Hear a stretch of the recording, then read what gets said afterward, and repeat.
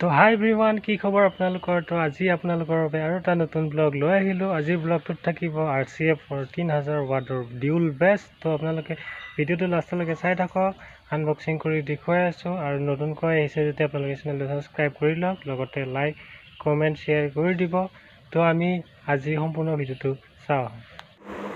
তো এয়া আপোনালোকে দেখি আছে RCFৰ 3000 বেছ, মানে ষ্টুডিঅ' মাষ্টাৰ RCFৰ ডিউল 3000 ৱাটৰ বেছ। এইটো হৈছে আপোনাৰ S চিৰিজৰ বেছ। ইয়াত থাকে 3000 ৱাট 5" ভইচ কইলত আহে। আৰু যিটো নেকি অৰিজিনেল RCF হয়, সেই RCFটো ইটলীৰ হয়। এইটো হৈছে চাইনাৰ ষ্টুডিঅ' মাষ্টাৰ RCF।